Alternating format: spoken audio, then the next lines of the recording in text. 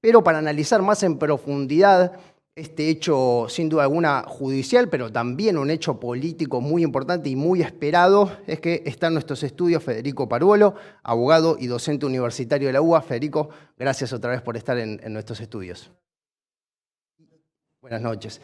Bueno, empiezo por preguntarte un poco si nos podés contar los argumentos que dio la Corte para llegar hasta este fallo y, bueno, obviamente, cuál es tu opinión sobre esos argumentos, ¿no? Primero que hay que entender es que es una cautelar esta, no resuelve el fondo, es decir, no resuelve el conflicto que está planteado entre las partes, en el cual dice la ciudad, la ley no es constitucional y Nación dice sí lo es. La Corte acá dice cautelarmente, como yo viendo un conflicto y entiendo que puede tener razón la ciudad en el derecho para resguardar sus derechos, saco una medida cautelar. Entonces, cautelarmente le doy el 2,95. No resuelvo el fondo, eso es lo primero que hay que entender. Como para saber que la Corte en realidad se lavó un poco las manos. Se lo devuelve al juez que está interviniendo para que resuelva el fondo de la cuestión. Cautelarmente le vuelve a asignar los recursos. Claramente previo a un año electoral, está claro que hay unos tiempos calculados, eso está claro. Eso es el primer punto que hay que tener claro. Después los argumentos que da la Corte son bastante autocontradictorios, si queremos decirlo. En realidad no es que son contradictorios. La Corte lo que hace es lo que viene haciendo la justicia, por ejemplo la justicia federal, en los últimos tiempos, que es hacer de cuenta que hay cosas que no pasaron. Entonces no las toman en cuenta. Pero ¿cuál es el conflicto? El conflicto es que lo que están diciendo es, lo pasamos al llano. Vos y yo tenemos una empresa y hay 2 socios más. Y en esa empresa se pueden hacer acuerdos como de qué le corresponde a cada uno cobrar, ¿sí?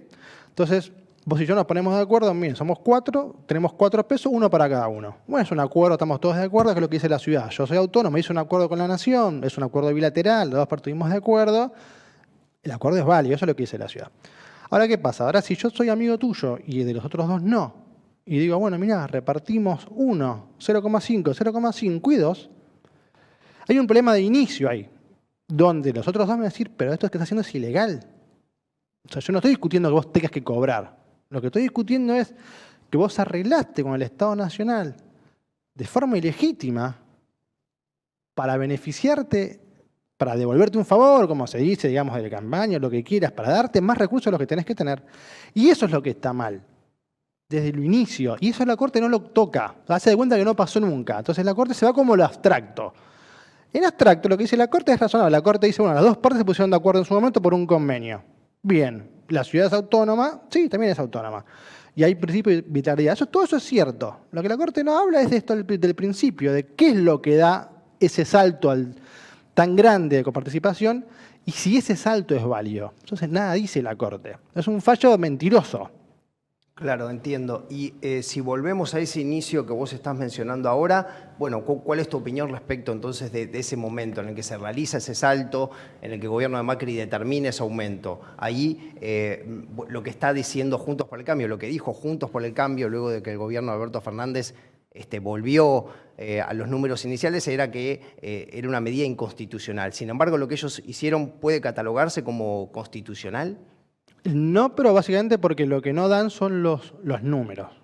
Porque esto tiene un fundamento. Es decir, la ciudad dice, yo me hago cargo de la seguridad dentro de la Ciudad Autónoma de Buenos Aires, tengo mi policía, pero como no tengo los recursos y como todas las demás provincias reciben recursos de la Nación, yo para poder pagarle y liberar al Estado de que pague la seguridad necesito recursos. Entonces, en función de eso, yo te asigno recursos del Fondo de Coparticipación Federal. Ahora, cuando en la causa se hacen los estudios técnicos, cuando el Estado dice, bueno, hagamos un estudio técnico de cuánto gasta, la realidad es que no gastaba la plata en seguridad, la gastaba en otras cosas. Publicidad sobre todo, que la publicidad es publicidad de campaña, etc. Entonces, eso es lo que cuestiona la Nación y lo que cuestionan los demás gobernadores, es decir, no es mentira que lo usás para la seguridad, lo usabas para otras cosas, entonces no corresponde. El acuerdo que dice que es por seguridad es nulo, porque están acordando, vos y yo, que pagamos 10 pesos por el vaso de agua y en realidad nos compramos un teléfono. Y claro que el resto de los socios, porque es lo que son en el llano, todos socios de ingresos que entran, tienen que decir, pero esto no está bien. Y eso es lo que la Corte omite directamente, no hace cuenta que no pasó. Y el inicio está claro que es inconstitucional. Está claro porque le quita recursos a otras provincias, como la provincia de Buenos Aires, que tiene casi 10 veces la población de La Cava, que tiene un terreno mucho más grande, un territorio muchísimo más grande y que necesita mucho más policía para poder hacerlo y no tiene recursos, que La Cava, que de hecho los usó, y eso consta en los distintos leyes de presupuesto y demás, para aumentar, por ejemplo, el presupuesto en publicidad. Ni siquiera en educación, en salud, que puede ser, bueno, hubo un desvío, no fue para seguridad, pero como dijo Horacio Larreta, teníamos en su momento la pandemia, pero no le pagaste más a los médicos. Entendido. Sí, perfecto, Federico. La cuestión de la falta de consenso es otra de las cosas que argumenta, vos lo decías recién, y es otro de los argumentos que da la Corte en el fallo, para quitarle validez al accionar de nación. ¿Qué te parece sobre este punto? La Corte viene construyendo, de forma muy peligrosa, lo hablamos la otra vez, una noción de que el Congreso no no sirve para nada. Porque ¿cómo no va a haber consenso una ley que sale con mayoría en el Congreso? No hay mayor consenso constitucional que ese. Nosotros votamos diputados, particularmente diputados, para que nos representen dónde se sancionan las leyes. Entonces, consenso sí hubo, salvo que digamos que el Congreso no tiene ninguna función, que es lo que la Corte viene diciendo en distintos fallos. Se viene rogando facultades legislativas, que está prohibido. Pero lo que está diciendo la Corte es lo mismo que viene diciendo antes. El Congreso no sí, discute, pero no hay consenso ahí. El consenso es otra cosa para ellos. El consenso son los grupos de poder hegemónicos discutiendo cómo se reparten la torta. Lo dice, pero es ya casi prácticamente como abiertamente lo están planteando. Claro. Antes me hablabas un poco del momento político. ¿Por qué crees que sale en este momento este fallo? Y porque le asigna una cantidad de recursos a la ciudad,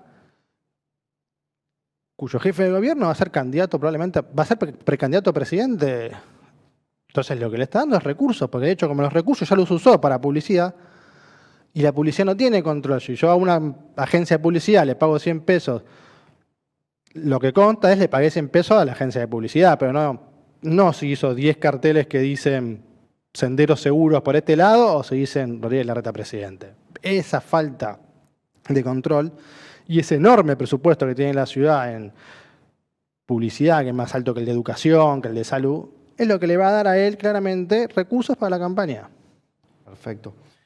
Preguntarte qué impacto podrías decir que tiene este fallo para el ciudadano de a pie, para la persona que muchas veces siente que los fallos de la justicia de la Corte Suprema, esta puja entre nación, ciudad, los jueces de la Corte le quedan muy lejos. ¿Cómo crees que impacta? Particularmente este fallo va a tener impacto en el 90% del país que no vive en la ciudad autónoma de Buenos Aires. Eso es una realidad. Digo, Dios atiende en Buenos Aires, lo que dicen todo el tiempo, la Corte tiene acá el asiento, pero todo el resto de la población, todo el resto, no solo la provincia de Buenos Aires, va a haber mermado los ingresos que va a tener su provincia para atender cuestiones particulares. Como no se ven en específico, digo, lo va a ver el gobierno, va a seguir, bueno, no va a tener plata para quizás hacer rutas, o para quizás hacer hospitales, o para quizás hacer escuelas, o para quizás aumentar salarios de policía, de maestro, de lo que sea, no lo va a tener.